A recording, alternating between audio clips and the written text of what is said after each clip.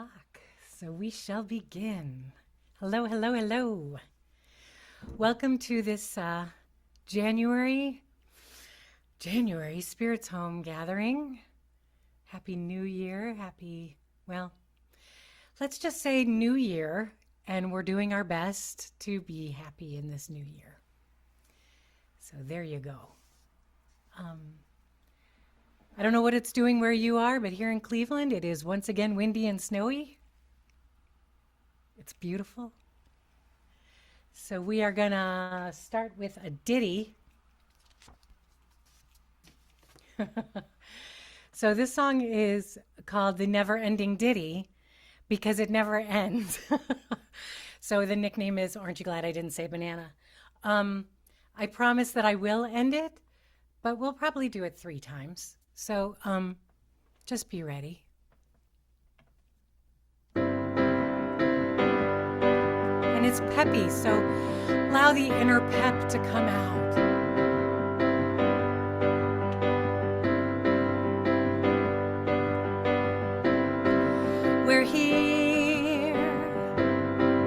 We're here today. We woke up. We're here today, so grateful. We can smile and dance, so grateful for another chance. Say it again, and I'll sing it again. Join in.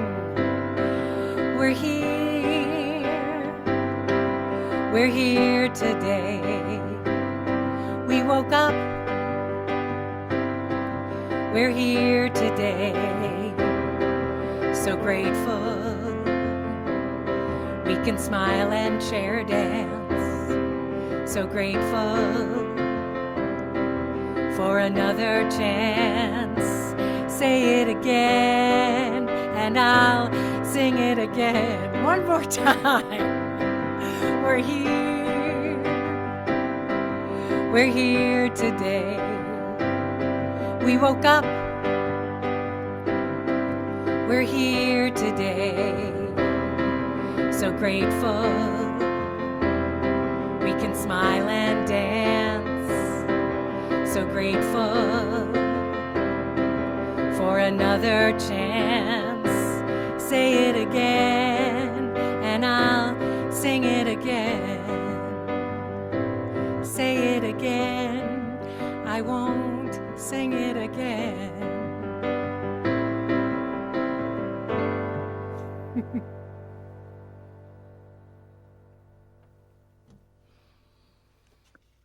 Oh, taking that collective breath, being here now, letting go of all that has happened up into this moment, because this moment is all we have. Knowing it is blessed, as we are a blessing to each other, that we are right where we need to be for today's message, for today's music, for today's connection. Knowing that, we are a blessing to each other. I am so grateful for this. I simply release it and say, and so it is. Amen. Ashe. And our sacred readings today are both from Eckhart Tolle. Life will give you whatever experience is most helpful for the evolution of your consciousness. How do you know this is the experience you need? Because this is the experience you are having at the moment. And the truth is, you don't have a life, you are life. The one consciousness that pervades the entire universe and takes temporary form to experience itself as a stone or a blade of grass, as an animal, a person, a star, or a galaxy. Can you sense deep within that you already know that? Can you sense that you already are that?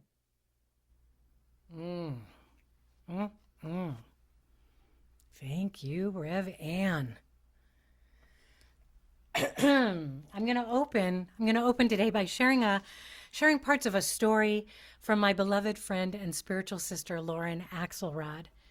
She wrote this amazing piece for Substack, and if you're on Substack, please subscribe to her. Her stuff is awesome. She is a wise teacher and guide, and this piece titled Have Today is an excellent way to enter this talk. She begins her piece, Have Today, with a quote from the wise mind of Marcus Aurelius.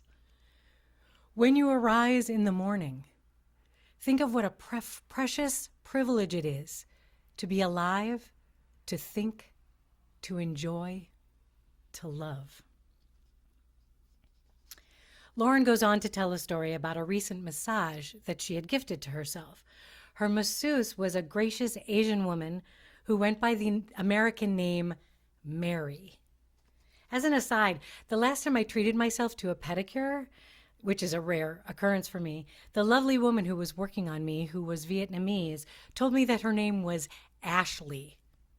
I'm never going to understand why we can't all be just who we are.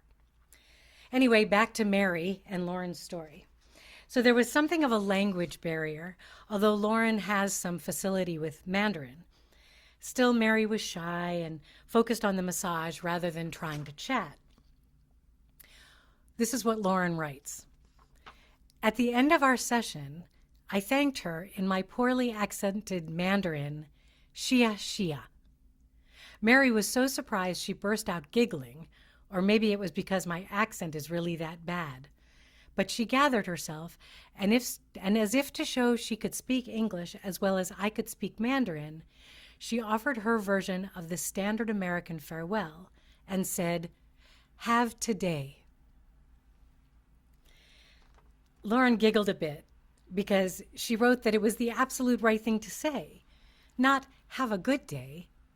Better than that, it was "have today." Lauren observed that this was the perfect response because today is the only day you have, this moment. Lauren goes on in her story to share that the massage was helpful because she's been spending many weeks caring for her father, who is not doing so great. When she returned from the massage, her father was just waking up. This was not always an easy task for him, and he woke up with the words, "Not a good day." Lauren, inspired by the new gift she was given from Mary, responded, "Dad, you woke up. You're alive. That means today is already a good day." He wasn't convinced. Lauren went on, "It may not be as exciting as driving your car or going to work, but aren't you glad you're here and I'm here and we get another day to be together? And I can make you French toast for breakfast with real maple syrup? Would you like that?" Her dad's face lit up. It was the first smile she had seen in weeks. And then she told him the story about Have Today, and he showed her the second smile. I want to share one more observation from Lauren's piece. She wrote, "Many traditions teach that as soon as we distinguish between what is good and what is bad, we create the recipe for suffering. Buddhists, Taoists, Hindus, and are especially insistent on this. The moment we decide that something is bad, we want it to change to whatever we think would be better. And when it doesn't or can't, we get angry, frustrated, depressed. Think about it. How many times in a day do you pass judgment on the moment, deciding it is good or bad, and then find yourself in a foul mood, angry and frustrated? How often do you wake up already convinced the day sucks, or go to bed telling yourself that the day was horrible? If you're like the rest of us, it's more often than you think. Psychologists say that whatever you tell yourself eventually becomes your truth. So if you keep telling yourself that it sucks, it's going to feel that way. And you might even subconsciously do things to make it suck just so you can prove your point. We all know this. This is not a new revelation that our thoughts can influence, even create our experience. Oh, Revan, we got a couple people waiting. Thank you. And yet, here we go. Every day, we go ahead and we make similar choices that cause us to trip over ourselves. I did this to myself for so many years. And retraining my mind was, and actually continues to be, an ongoing, lifelong practice. My downfall? When I'm in the car. I mean, there are some days, and I'm going to offer you a language warning for the next slide. If you're sensitive, be prepared. Me in the car. Be kind. You never know what someone else is going through. Also me in the car. Nice turn signal, fuckface. Yes, I have days. Well, okay, let me clarify that. It's more like I have moments now more than days. I have moments during the days. And yes, mostly when I'm driving or listening to the news. And I'm choosing not to go there today. Moving on. There's a term that's been returning to my world in recent days, and it felt connected to this idea that we're exploring today. Metanoia is a Greek word for change of mind, often used to describe a transformative change of heart, a spiritual conversion, or a fundamental shift in one's beliefs and outlooks. It involves a deep, often painful inner transformation that leads to a new way of thinking or living, moving from a former state. Check this, moving from a former state to a renewed one. In theology circles, it's also used as a term for repentance. However, that word carries some weight that confuses the concept, at least for me. Rather than adding the baggage that comes with repentance, which is closely associated with the word regret, a word that I do not use in my world, metanoia allows space for the changing of our mind, a transformative change. And I am all about transformative changing of my mind. And with that, I welcome a new voice into the room. This quote comes from one of my most favorite people on the planet, my seminary classmate and wonderful friend, Chani Getter. For a little background, Chani is a magnificent teacher, role model, and counselor. If you'd like to know a little bit more about them, check out the documentary on Netflix called One of Us. Chani's support of folks transitioning out of the Orthodox community of Brooklyn, New York is such important work. Check it out. So I was in a class recently that Chani was teaching, and they said this: what if I allowed something larger than myself to show me how to do things differently?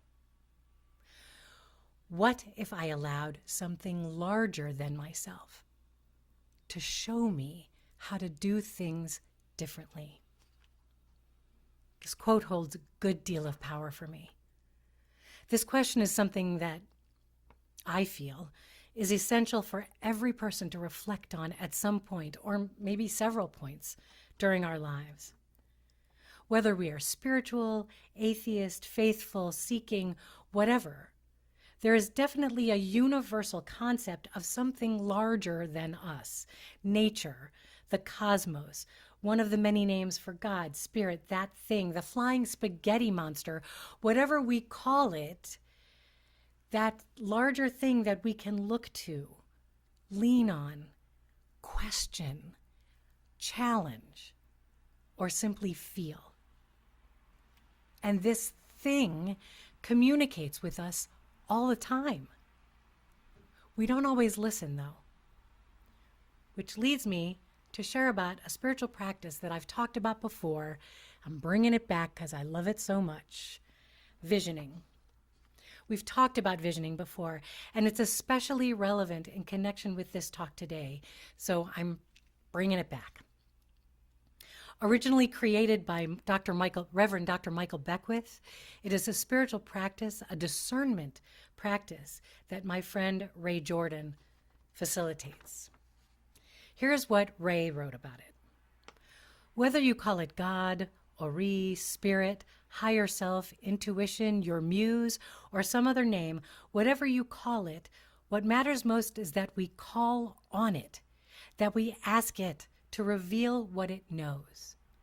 Dr. Michael Beckwith, the originator of the visioning process I use and teach, says visioning is a process in which we cultivate the ability to hear, see, or sense a divine idea for our life. Ray goes on to say, I've come to view visioning as a pathway for self-discovery, healing, transformation, and liberation. This inspires my personal visioning practice, as well as my passion for providing sacred space for individuals and groups to use it and practice it too. On that slide is Ray's website, highervisioninstitute.org. She's going to be doing a spring visioning retreat. Check it out. So worth it. And I want to clarify, visioning is not visualization. With visualization, we are creating an image of something we want to have, achieve, or create. And it tends to be more specific or focused on a particular thing or situation. Visioning is very different. We get ourselves, our thoughts, our minds, our egos out of the way and create space for that something larger to let us know what we need to know. I've been using visioning as a guiding practice for more than 20 years. As someone who likes a little bit too much control in my life, this process has been revelatory for me. I am most definitely not in charge of the messages I receive. As both Reverend Dr. Michael and Ray say, we are catching visions. The visions that this something larger wants us to know. And what we are seeking to know is what helps us to awaken our soul. So this talk was a real journey. I just kept getting led. This led me to Howard Thurman. Once again, a voice of wisdom that I bring back again and again. However, what he wrote about this exact idea connects directly to visioning and the practice of listening. Dr. Howard Thurman wrote, there is in every person something that waits and listens for the sound of the genuine. There is in you something that waits and listens for the sound of the genuine in yourself. Nobody like you has ever been born, and no one like you would ever be born again. You are the only one. If you cannot hear it, you will never find whatever it is for which you are searching. If you cannot hear the sound of the genuine in you, you will all your life spend your days on the ends of strings that somebody else pulls. The sound of the genuine is flowing through you. Don't be deceived and thrown off by all the noises that are a part even of your dreams and your ambition when you don't hear the sound of the genuine in you, because that is the only true guide you will ever have. And if you don't have that, you don't have a thing. Cultivate the discipline of listening to the sound of the genuine in yourself.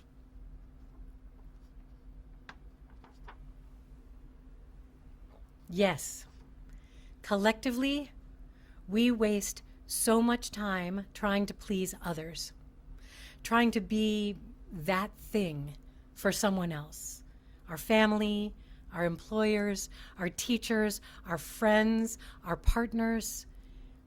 That is not to say that we don't have authentic relationships with those we love. We absolutely do. And when we are not listening to the sound of the genuine in ourselves, or that voice that guides us regardless of the source, we are not truly able to show up 100% authentically. We talked about this last October, the masks we wear, the way we hide. Doing this, showing up, awakening our soul, and then living forward into that experience carries risk. We might be mocked. we might be misunderstood. We might feel that we have to defend ourselves, our path, our choices. There have been moments in my life, like this photo in Assisi, when I was having an entirely different experience than anyone else around me. I'd gone to Assisi on a spiritual pilgrimage and had many revelatory encounters that no one else understood. Walking through Old Town Assisi, I saw this statue of a brother. It looked intriguing, so I approached it. It was, in fact, a living statue, a man who came to life after I was standing near him for a minute or two. I don't know why it moved me so deeply. It just did. He didn't speak. He just slowly turned his head and looked at me, and I began to cry. The genuine in me awakened in that look, and we shared a brief time of breathing together, not saying a word. Then, after a long, deep breath, I raised my hands and prayed the simplest and most profound prayer there is. Thank you. People walked by us during this exchange, tourists looking to where they needed to go next, planning where they would eat, not seeing with the big S, what was happening. Again, like I share in my pilgrimage talk, there's nothing wrong with being a tourist. I'm not judging tourists. I'm simply pointing out what happens when someone is on a vacation versus a pilgrimage. Truly, the experience of my entire life, every moment of it, is a pilgrimage, which makes it challenging for me to be a tourist now, to just visit a place and not totally engage with it. This moment with the living statue happened 17 years ago. A 5 to 7 minute encounter that happened 17 years ago. And yet talking about it, I can still feel the very overwhelming emotion of it, fully, deeply. It never mattered that others didn't understand. In fact, it was kind of easy for me to understand why they didn't understand.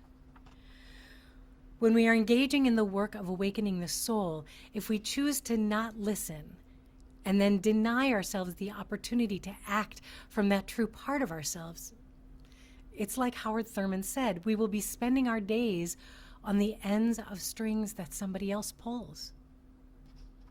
And like what Lauren wrote about at the beginning of this talk, we can easily shift our perception from a moment when we were lost in the revelry of beauty and slip into the this moment sucks now because of whatever. Fill in that blank. I stopped giving my consent to those kinds of experiences a while ago. And learning how to do that didn't happen overnight. Awakening our soul is a process. It takes time for us to pause the chaos, wait before reacting, breathe deeply, ask the questions, and then listen for what we need to learn. Life. All things in life. It's all about the learning. I was reminded of this. Well, let's be honest, I'm always reminded of that. However, I was significantly reminded of this just a few months ago. I had the absolute pleasure to meet and celebrate Dr. Howard Tucker last September. He was being honored by a local synagogue. He's especially beloved in our family because he was the doctor that saved my sister Anita's life many years ago. This remarkable man held the honor of the Guinness Book of World Records for being the oldest doctor still practicing at 103. Sharp, funny, and totally connected to the times that we are living in. He shared this quote from Gandhi at the September event. I was already planning to use it in this talk before, sadly, he left us just last month. It seems even more important to share it now. Live as if you were to die tomorrow. Learn as if you were to live forever. In other words, stop losing time and keep growing. I deal with a very bad habit of losing time. Trying very hard not to should on myself, I hear the not so kind voice in my head saying, you should be writing. You should be working on the podcast. You should be doing laundry, and so on. Now, all of that is true, and shaming and shoulding myself is never going to motivate me to get back to work. What is more productive is to remind myself gently that if I want to continue to awaken my soul, there are things I want to be focusing on. Not things I need to do or should do. It's about reframing those things into what I want to do. I want cleared off kitchens in my counter. Kitchens in my counter? Wow. I want cleared off counters in my kitchen. That too. I want clean clothes. I want to write. If I connect that Gandhi quote and the inspiring man who shared it, then I can reframe the reluctance and hopefully, gently, lovingly, stop playing that game of solitaire on my phone, stop losing time, and get back to writing. The key is no judgment. I have come to the realization time and time again that I cannot be the best me in every single moment.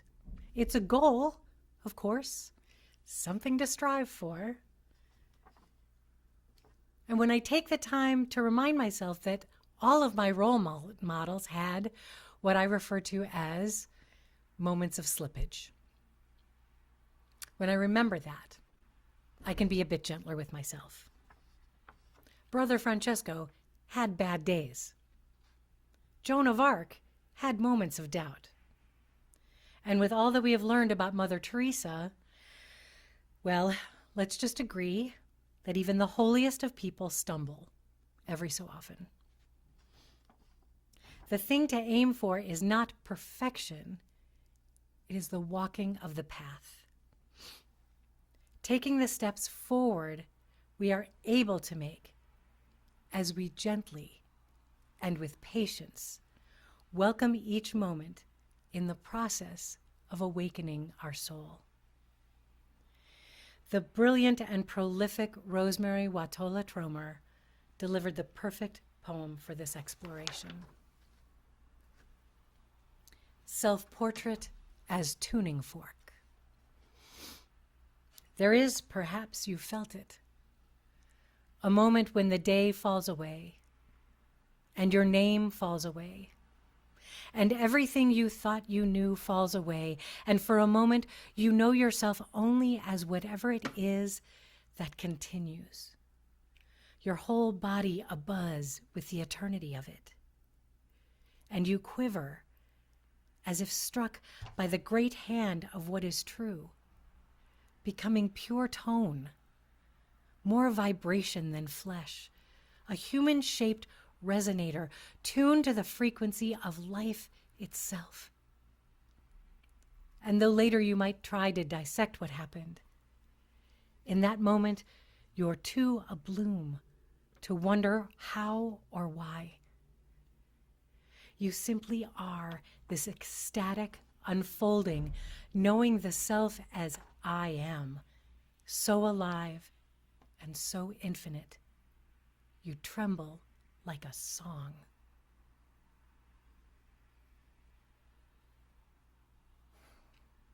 And though later you might try to dissect what happened, In that moment, you are too abloom to wonder how or why. You simply are this ecstatic unfolding, knowing the self as I am, so alive and so infinite.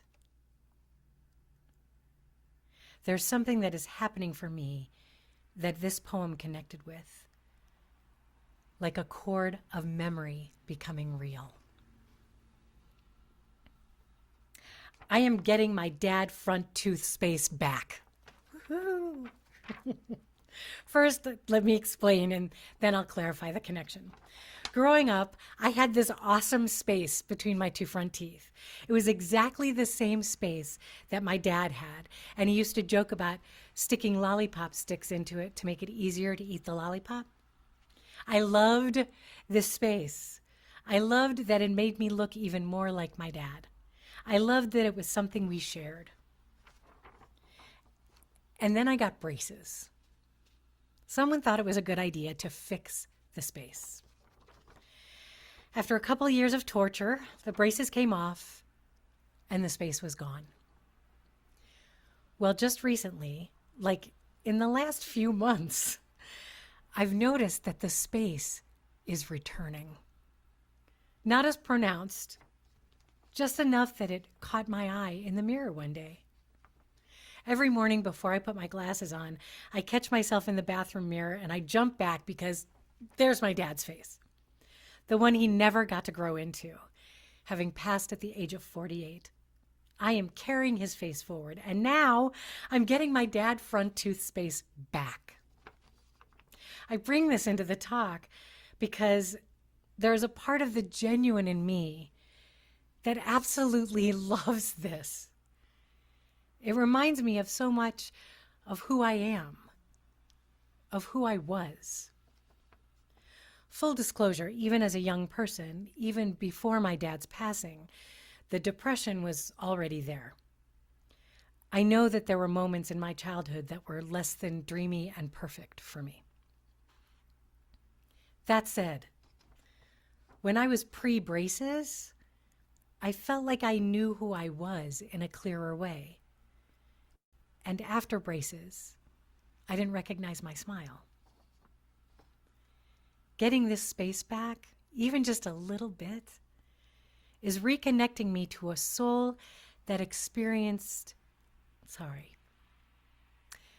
reconnecting me to a soul that existed before all of life happened to me. Before I knew to judge things as bad or good, even if they were demonstrably bad or good. Before there was societal programming implanted in me as to how I was supposed to be, what I was supposed to do, what love meant, both the big and little L. Before I knew that I could choose to listen to my inner guiding voice. Before I knew that I had a place in this lifetime, and I wasn't entirely sure that I did. So as strange as it may seem to others, this awakening of the soul thing became inexorably connected for me to my dad front tooth space returning. Now imagine my reaction when the dentist asked if I wanted to get a retainer to encourage my teeth to move back together. Yeah, no. Here's the bottom line of it all. Life is messy. There are good things and bad things that happen along the way. There is a lot of learning and growing, stretching and expanding, taking risks, being courageous, trying, failing, running, stumbling, pain, bliss, and, if we're lucky, maybe a little chocolate pudding. When we stop judging everyone and everything and ourselves, we get to experience the gifts that we receive in all of it. Every heartbreak is a gift, just as much as the falling in love is. Every struggle is a gift, even if it only seems to be recognized when we reach the relief of coming out of it and can take a breath. Every obstacle is a gift because of the opportunity it gives us to listen to our inner guidance and follow that leader past, through, and over it.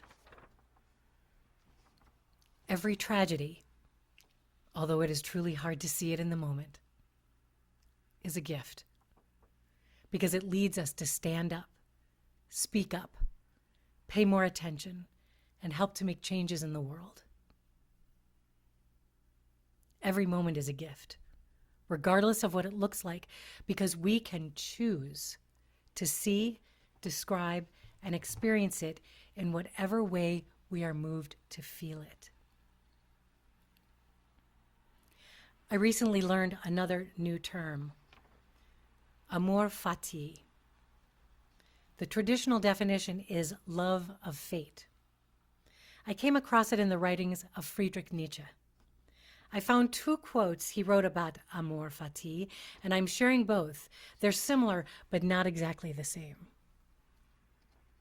In his 1882 work in the Gay Science, he wrote, "I want to learn more and more. I want to learn more and more to see as beautiful what is necessary in things. Then I shall be one of those who make things beautiful. Amor fati. Let that be my love henceforth. I do not want to wage war against what is ugly. I do not want to accuse. I do not even want to accuse those who accuse. Looking away shall be my only negation. And all in all, and on the whole, someday I wish to be only a yes-sayer."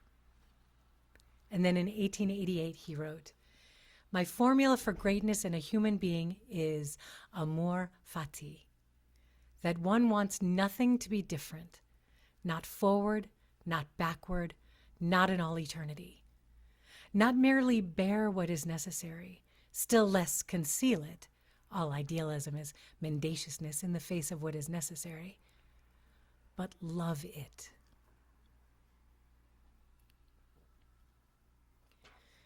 We are reaching the closing time for this talk. Before I sing a song for you, I want to share the poem that the song is based on. It's a poem by Rumi called The Guest House, a very well-known Rumi poem. As part of a project I was working on in 2007, the challenge given to me was to create a song from this poem. So I want to share the original poem before I sing the song that Spirit and I wrote together. This being human is a guest house. Every morning, a new arrival. A joy, a depression, a meanness. Some momentary awareness comes as an unexpected visitor. Welcome and entertain them all. Even if they're a crowd of sorrows who violently sweep your house empty of its furniture, still, treat each guest honorably. He may be clearing you out for some new delight. The dark thought, the shame, the malice, meet them at the door laughing and invite them in. Be grateful for whoever comes, because each has been sent as a guide from beyond.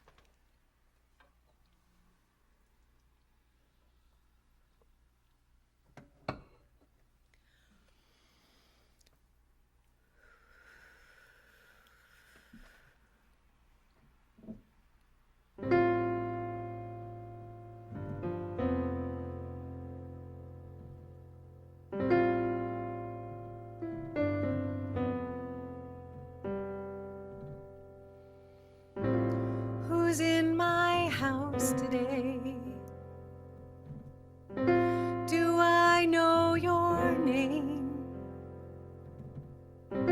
Did you come to take or give? When you leave, will I be the same?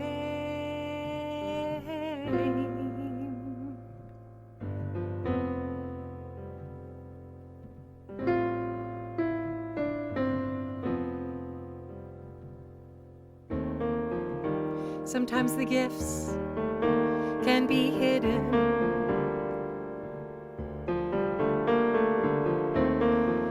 behind the storms that my eyes see.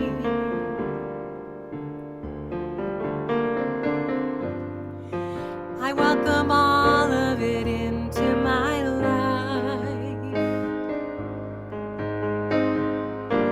for with each change there comes more light, more light.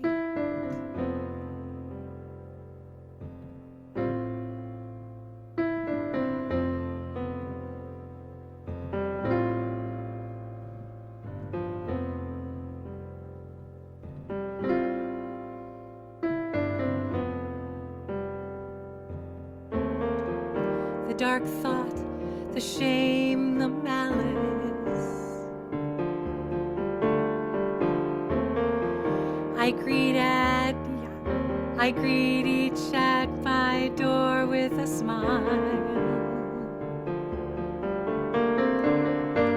and I am grateful for each one,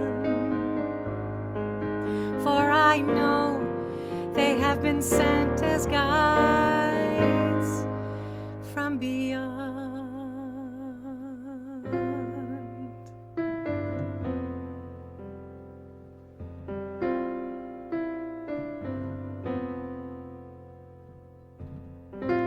Who's in your house today? Do you know their names?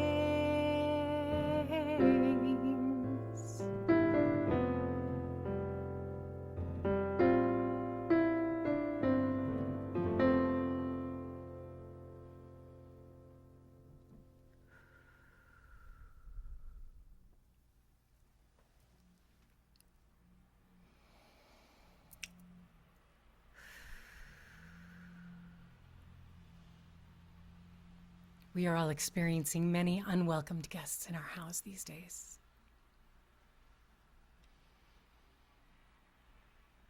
Collectively, individually, nationally, and globally, we are experiencing a time that is unlike any time before it.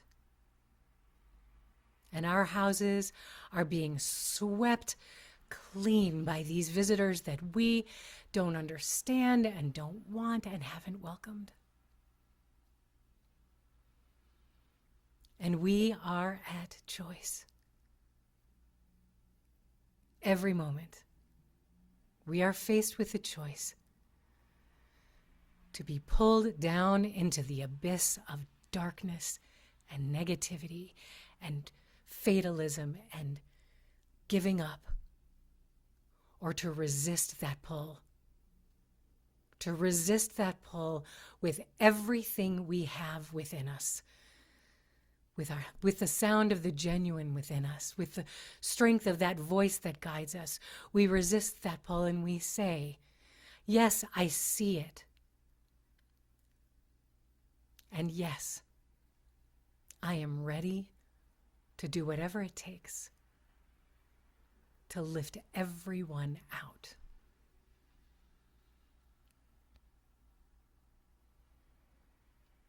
This is our chance, this is our time, this is our opportunity to grieve and to grow. Because when we stay too long in grief, we miss the opportunity to grow. So we do this gently. We do this without judgment. We do this without pressure. We do this without shoulding on ourselves. We do this gently. We say to ourselves, okay, today I need a nap. Tomorrow I'll be ready. Or we say, today I feel like a warrior. I'm ready now. And then when the time comes, I'll take a nap later.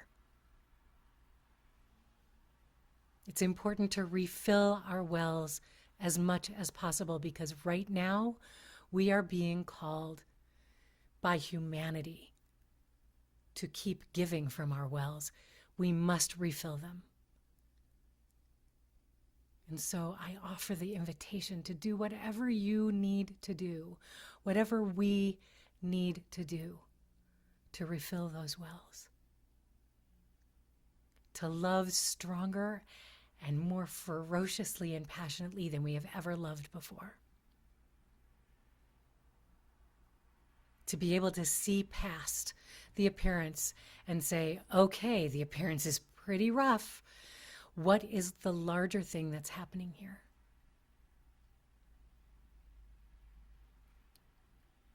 And to do the work that we need to do, that we are called to do, again, gently, lovingly.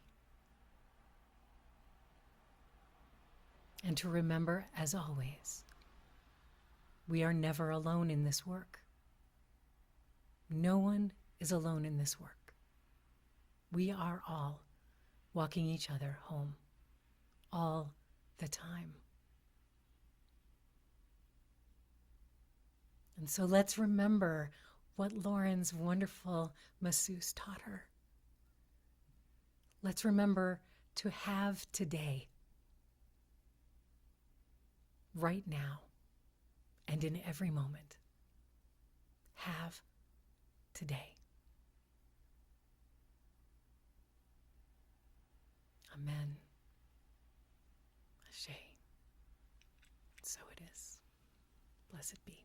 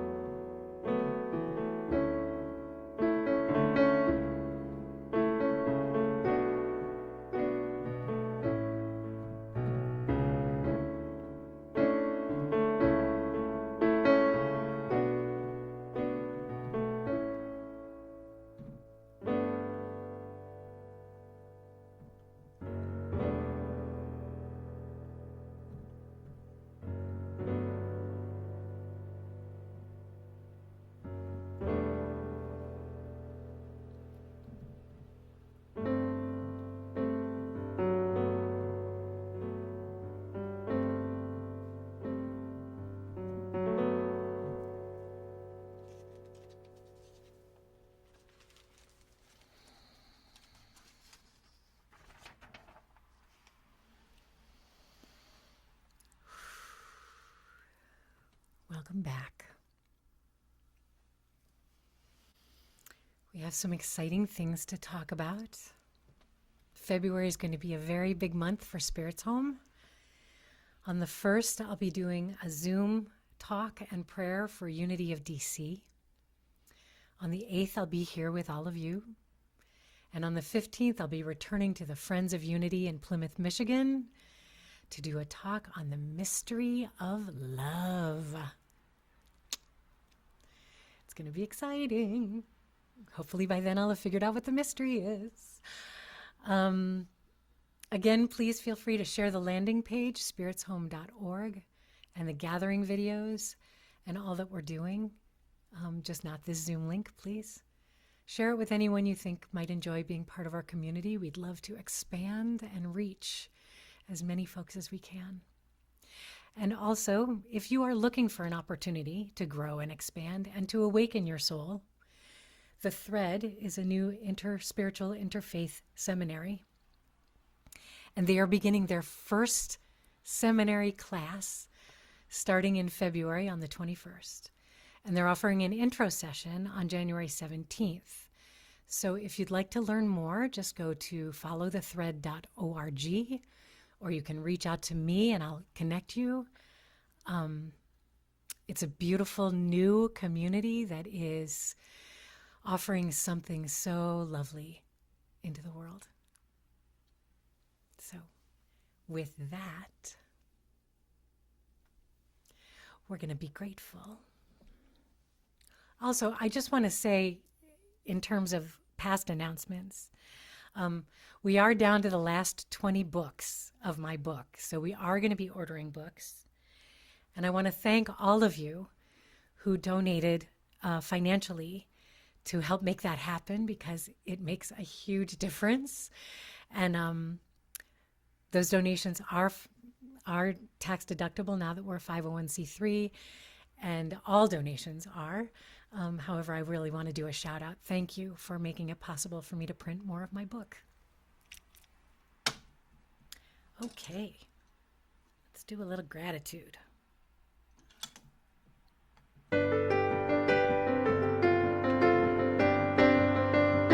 This song just makes me so happy every time.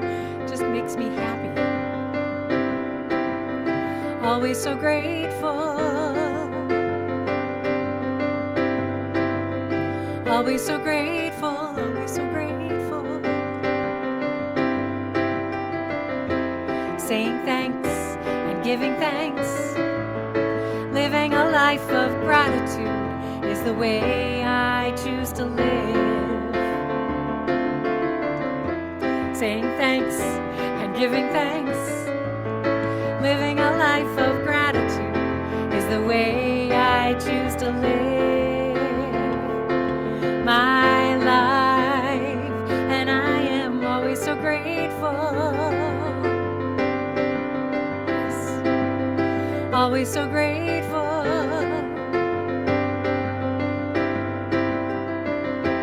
Look around, so much to say. Yes.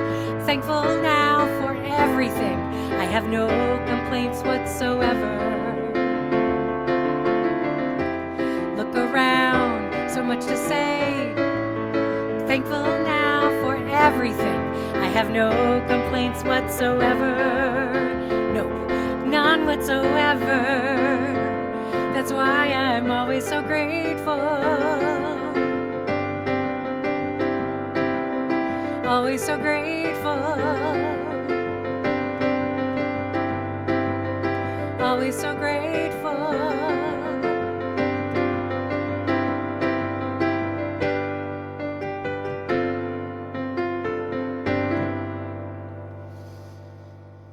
We will see you next month. I was going to say next Sunday. We'll see you next month, the second Sunday in February, February 8th. If you'd like to donate, you can use the QR code, or you can reach out to me directly for any other way. My email, SpiritsHome's email, the website, the gathering page, the landing page, all of it. Thank you, thank you, thank you. I know I'm guided. I know I'm shown which way to go.